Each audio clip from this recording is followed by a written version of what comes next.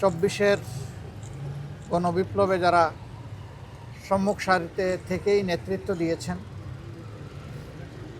তাদের একজন আপনজন ছিলেন শহীদ শরীফ ওসমান সাদি। হাদি আজকে দুনিয়া থেকে চলে গেছেন। তার যাওয়াটা এইভাবে কেউ ধারণা করেনি। হাদির দুশ্মনেরা কার্যত বাংলাদেশেরই দুশ্মন। কারণ হাদিরা বাংলাদেশের পক্ষে কথা বলতো, বাংলাদেশের স্বাধীনতা এবং সার্বভৌমত্বের পক্ষে ছিল। হাদিরা আপন সংস্কৃতির কথা বলতো, হাদিদের উচ্চারণ ছিল অপসংস্কৃতির বিরুদ্ধে। হাদিরা কোটি তরুণের প্রাণে দ্রোহের আগুন জ্বালিয়ে দিয়েছিল। এই দেশ, এই জাতি আমাদের দেশ এবং জাতির পাহারাদারি আমাদেরকেই করতে হবে। কোনো কালো চিলকে আমাদের ভাগ্যে আর চুমারার কোনো সুযোগ আমরা দেব না। এটাই ছিল তাদের অঙ্গীকার। তারা বলেছিল জীবন দিব, তবুও 24 দিব না। এটা কেন বলেছিল আমরা সবাই বুঝি। এটাই তাদের অপরাধ।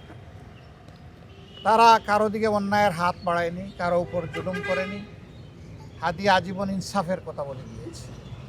এমনকি বলতে বলতে এটাও বলেছে যে আমার শত্রুর প্রতিও আমি ইনসাফ করতে চাই।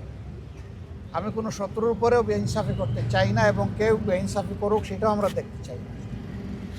এমনই একটা নির্মল চরিত্রের ছেলে, যে আসলেই অনেকের অন্তরে জায়গা করে নিয়েছিল।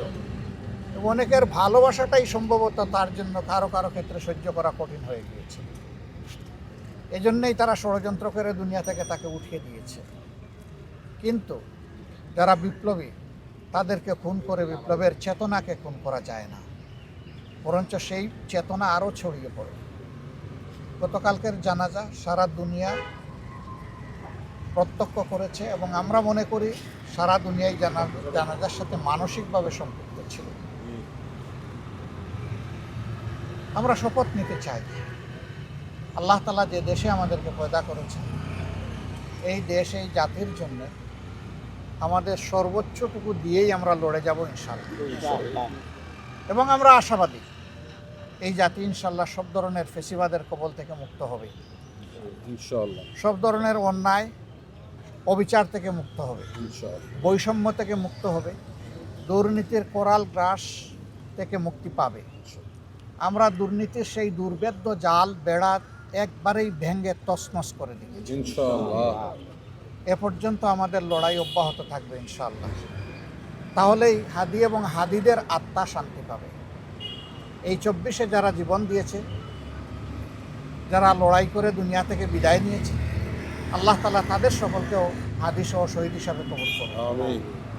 যারা আহত পঙ্গু হয়ে বেঁচে আছেন, আল্লাহ তাআলা জীবন্ত এই শহীদদেরকে তার খাস কুদরত থেকে সাহায্য করুন, এবং এই জাতিকে তাদের থেকেই প্রেরণা নিয়ে নিজেদের কর্তব্য আদায়ের তৌফিক দান করুন। আজকে রাজনৈতিক দলগুলোর উপর অনেক বড় দায়িত্ব। দোয়া করবেন প্রিয় দেশকে ঐক্যবদ্ধভাবে আমরা সবাই যেন পারস্পরিক ভুল বুঝাবুঝি ভুলে গিয়ে আমরা সামনের দিকে এগোতে পারি। আল্লাহ যেন এই তৌফিক দান করেন। আদর্শ এবং কৌশল দলগুলোর ভিন্নতা থাকবে, সেই লড়াই হোক বুদ্ধিভিত্তিক, সেই লড়াই হোক যুক্তির, এবং সেই লড়াই হোক মানবতার কল্যাণ। দেশ নয়, ব্যক্তি নয়, জাতিই বড় কথা। ব্যক্তি নয়, দল নয়, জাতিই বড় কথা। সেই কথার উপরে আমরা যেন রাজনৈতিক দলগুলো আমাদের পথ রচনা করে সামনে এগোতে পারি। আল্লাহ সেই তৌফিক দান করুন।